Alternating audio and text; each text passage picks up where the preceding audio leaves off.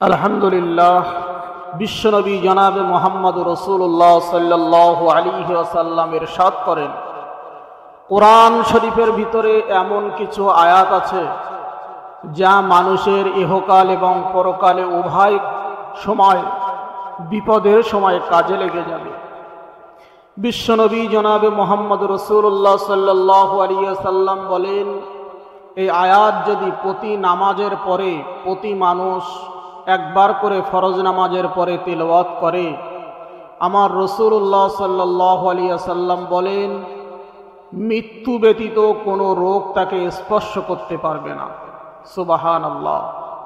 দ্বিতীয় নম্বর কথা হলো, রাসূলুল্লাহ সাল্লাল্লাহু আলাইহি ওয়াসাল্লাম আরও ইরশাদ করেছেন, যদি এই আয়াতগুলো প্রতি মানুষ সকালে একবার পড়ে আর সন্ধ্যায় একবার পড়ে, জিন শয়তান, মানব শয়তান, দুষ্টু জিন, দুষ্টু মানব, কুনজর, বিভিন্ন রকম রোগ ব্যাধি থেকে আমার আল্লাহ পাক তাকে হেফাজত করবেন। শুধু তাই নয়, রাসূলুল্লাহ সাল্লাল্লাহু আলাইহি ওয়াসাল্লাম আরও ইরশাদ করেছেন, দুনিয়ার উম্মতানিরা, তোমরা যদি সকাল সন্ধ্যায় এই আয়াতগুলো তেলাওয়াত করতে পারো, কঠিন বিমারি থেকে তোমরা বেঁচে যাবে।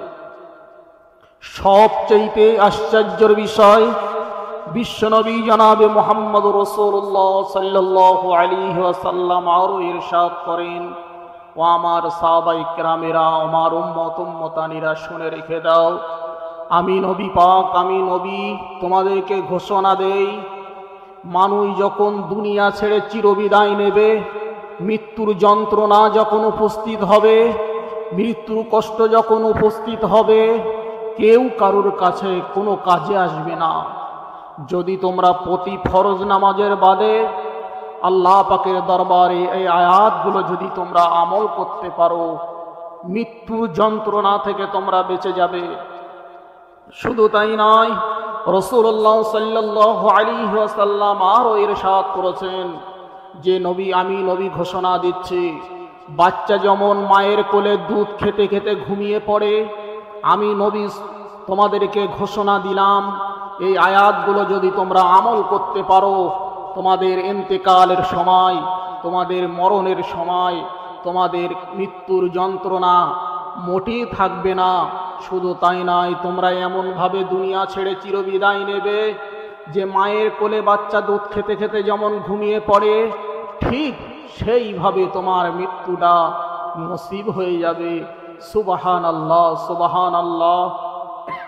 কত সৌভাগ্যের বিষয় যে আমরা দুনিয়া ছেড়ে চিরবিদায় নেব আর আমার নবী পাক সাল্লাল্লাহু আলাইহি ওয়াসাল্লামের এই হাদিস, এই কথাটা মেনে চলবো না। বড় আশ্চর্যের বিষয়। আয়াতগুলো বেশি লম্বা চওড়া নয়, অনেকেরই জানা, অনেকেরই মুখস্থ আছে, আর যাদের মুখস্থ নাই তাদের কর জোড়ে আমি নিবেদন করি, এই আয়াতগুলো আপনারা মুখস্থ করে নেবেন। যদি মুখস্থ না থাকে, আমি বলছি আমার সাথে সাথে আপনারাও বলবেন, তাহলে দেখবেন দুদিন একদিন শুনতে শুনতে ইনশাল্লাহ আপনার মুখস্থ হয়ে যাবে এবং পরকালে আপনার কাজে লেগে যাবে। আয়াতগুলো এই, আপনারা নাম বললেই বুঝতে পারবেন, এই আয়াতটাকে বলা হয় আয়াতুল কুরসি। এই আয়াতুল কুরসি এমন একটা আয়াত যে আল্লাহ পাক রব্বুল আলামিন সমস্ত মুসিবত থেকে হেফাজত করবে। আর ফরজ নামাজের সালাম ফিরানোর সাথে সাথে যদি একবার তেলাওয়াত করা হয়, এটা যদি আমলে পরিণত হয়ে যায়, বিশ্বনবী জনাবে মুহাম্মদ রাসূলুল্লাহ সাল্লাল্লাহু আলাইহি ওয়াসাল্লাম বলেন, তোমার মরণটা এমনভাবে হবে যে তুমি নিজেও বুঝতে পারবে না, তোমার মরণের কোনো কষ্ট, সাকারাতুল মাউত থেকে তুমি নাজাত পেয়ে যাবে। কত সৌভাগ্যের বিষয়, কত সুন্দর কথা আমার নবী পাক বলে গেছেন। তাই চলুন আমরা দেরি না করে এই আয়াতগুলো মুখস্থ করতে থাকি। আপনারা আমার সাথেও পড়ুন, আল্লাহু লা ইলাহা ইল্লা হুয়াল হাইয়ুল কাইয়্যুম লা তাখুযুহু সিনাতুন ওয়ালা নাওম লাহু মা ফিস সামাওয়াতি ওয়া মা ফিল আরদ মান যাল্লাযী ইয়াশফা'ু ইনদাহু ইল্লা বিইজনিহি يعلم ما بين أيديهم وما خلفهم ولا يحيطون بشيء من علمه إلا بما شاء وسع كرسيه السماوات والأرض ولا يعوده حفظهما وهو العلي العظيم। আজ থেকে আমরা নিয়ত করে নিলাম আয়াতুল কুরসি প্রতি নামাজ বাদ ফরজ নামাজের পরে একবার হলেও আমরা তিলাওয়াত করব ইনশাআল্লাহ। আর রাসূলের কথা যদি আমরা মেনে চলি আমার আল্লাহ খুশি হয়ে যাবে, আমার নবী খুশি হয়ে যাবে, আর আমলে পরিণত হবে। হাসর নাসর সব কিছু আমরা উপকার পাবো এই আয়াতের দ্বারা। আজ থেকে আমরা নিয়ত করে নিলাম কোনো দিন যেন আমাদের ভুলে না যায়।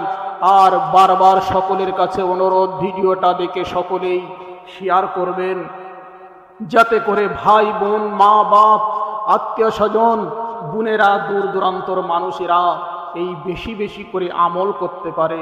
যদি আমলটা করতে পারে নিঃসন্দেহে আপনি ভেবে নেবেন যে আপনার পরকালে কত উপকার হবে, দ্বীনের প্রচার করা হয়ে যাবে। আপনি শেয়ার করে অন্যকে দেখার সুযোগ করে দেবেন এবং ভিডিওটা বেশি বেশি করে শেয়ার করবেন। আমিন। ওয়া আখিরুদ দাওয়াহুম আনিল হামদুলিল্লাহি রাব্বিল আলামিন।